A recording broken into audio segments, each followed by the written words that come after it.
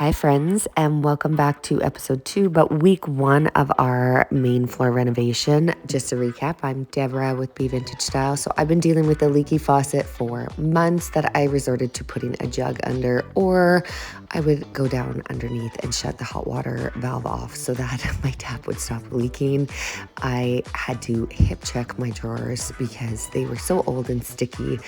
They were extremely hard to close, and then the cabinets wouldn't stay closed, so I would fold up receipts, which a lot of you were laughing and have done this trick in the past, and I would wedge these little pieces of paper to get those cabinet doors to stay shut, and it worked like a charm, I have to say. So this kitchen was probably refinished in the 60s or 70s, but things were slowly falling apart. So it was time to redo everything. The kitchen also felt extremely dark in comparison to the rest of the house because it was very closed off. So I decided to remove some walls, including this one to the back staircase, and then this one that went into my dining room and fireplace area and had a view of the front family room had to go for sure. And this one, which had my triple French doors that I love. It's probably my favorite feature in this whole house, so I couldn't part with these beauties. I felt like I needed them to be moved somewhere. Our front entrance is very beautiful and grand, but it was quite closed off from the family room, so I thought, why not move them right over here where this small door is going from our family room into our front entrance. So that was the plan. We were also adding a new window on the east side of the house and having a custom window built for the main kitchen window, which I'm so excited to install.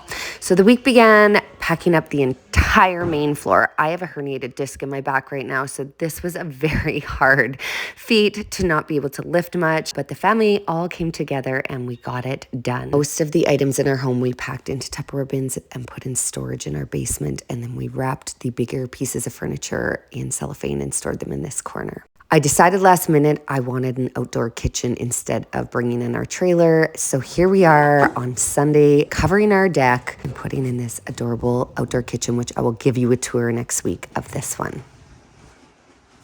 My team of carpenters and the demolition trailer arrived first thing Monday morning, and we began preparing the area for demolition, covering all the floors with cardboard to make sure they stay protected. And then we even put up a vapor barrier and sectioned off the areas we would be working by stapling it to the ceiling and taping it to the walls. Things started coming down like my shutter wall, and next thing you knew, we were yanking things out of the kitchen. I was not sad to see this faucet go, and would you know it, it was still giving us trouble right up until it left the building. Still causing problems. We filled this trailer 3 times this week. I could not believe what came out of the inside of this house, beginning with the panel board walls that we took off in the kitchen and brought this space down to the old-fashioned lath and plaster. Okay, well, this is a new look.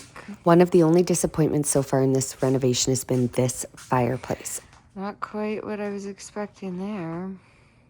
I was expecting the chimney to be in the middle, and it is on the side, so we have to change some plans for that. The next morning, we got right into removing this lath and plaster, and oh boy, was it a mess.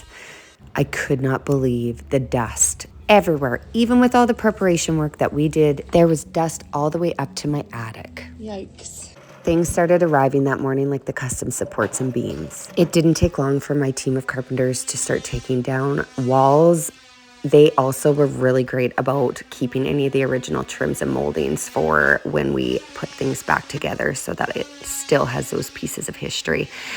It was so open.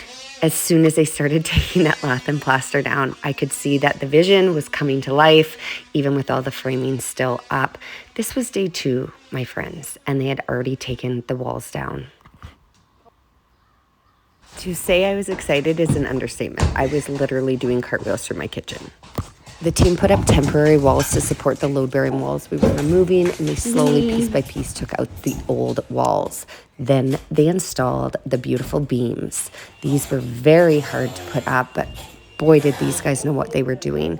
There was a few places in the floor above that were sagging, so it did take some elbow grease and jacks to make this project go smoothly.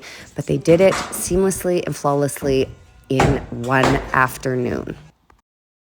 Even before the temporary walls were removed, I could see how worth it this project was with how much sunlight was flooding in my home. We also had a very exciting find in our front entrance, as it seems there was a set of triple French doors originally in the house. When we opened the wall, we found the exact framework we needed for our doors. After the beamwork went up, it was time to start cutting the new window into the exterior of the house. This went really quite quickly, and boy, oh boy, did it ever give a ton of light in this space. That's pretty cool. And that pretty much sums up week one. It was a lot, but it was amazing. Stay tuned for week two.